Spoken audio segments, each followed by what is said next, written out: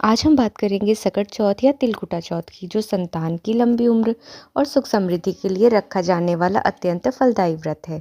हिंदू पंचांग के अनुसार माघ माह के कृष्ण पक्ष की चतुर्थी को यह व्रत किया जाता है। इस बार सकट चौथ 6 जनवरी 2026 मंगलवार को मनाई जाएगी। इस दिन माताएं पूरे मन से गणेश जी की पूजा करती हैं और संतान के जीवन से हर संकट दूर होने की कामना करती हैं। आज की वीडियो में हम जानेंगे तिथि, पूजा का सही समय, चंद्रोदय व्रत का महत्व, पूजा विधि और पूरी व्रत की कथा। तो वीडियो को अंत तक ज़रूर देखिएगा। पंचांग के अनुसार चतुर्थी तिथि 6 जनवरी 2026 को प्रारंभ हो रही है सुबह 8:01 पर। चतुर्थी तिथि समाप्त हो रही है 7 जनवरी 2026 सुबह 6:52 पर। इसलिए व्रत 6 जनवरी को ही रखा जाएगा। चंद्रोदय समय रात 8:52। इसी समय चंद्रमा को अर्घ्य देकर व्रत खोला जाता है।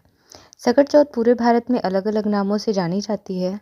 तिलकुटा चौथ, संकटा चौथ, वक्रतुंडी चतुर्थी, माघी चौथ।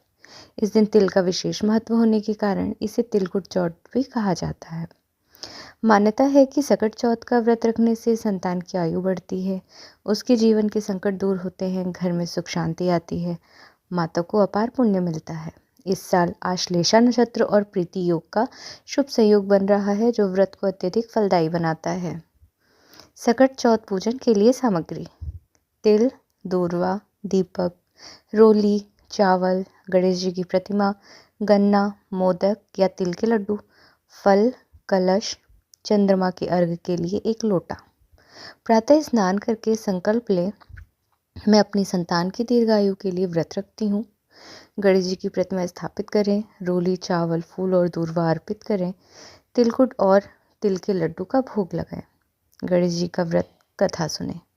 रात्रि को चंद्रमा उदय होने पर पानी, दूध, तिल मिलाकर चंद्रमा को अर्घ्य दें, फिर व्रत खोलें। सकट चौथ की कथा। एक समय की बात है, एक गांव में एक गरीब ब्राह्मण रहता था। उसकी पत्नी हर वर्ष सकट चौथ का व्रत रखती थी। एक बार उसकी संतान को भयंकर बीमारी हो गई और सारी कोशिश विफल हो गई। तभी माता ने संतान की रक्षा के लिए सकट चौथ का कड़ा व्रत किया। पूरी श्रद्धा से गणेश जी की पूजा की और तिलकुट का भोग लगाया। रात को चंद्रमा को अर्घ्य देते के बाद जैसे ही माता ने व्रत खोला, गणेश जी प्रकट हुए और बोले, माता, तुम्हारी भक्ति से प्रसन्न होकर मैं तुम्हारे बच्चे के सभी संकट दूर करता हूँ। अगले ही दिन संतान चमत्कारिक रूप से स्वस्थ हो गई।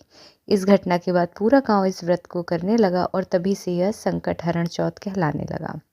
शास्त्रों में कहा गया है कि तिल पापों का नाश करता है और शुभ फल देता है, इसलिए इस दिन तिल से बनी चीज़ों का भोग लगाया जाता है और तिल का दान अत्यंत शुभ होता है।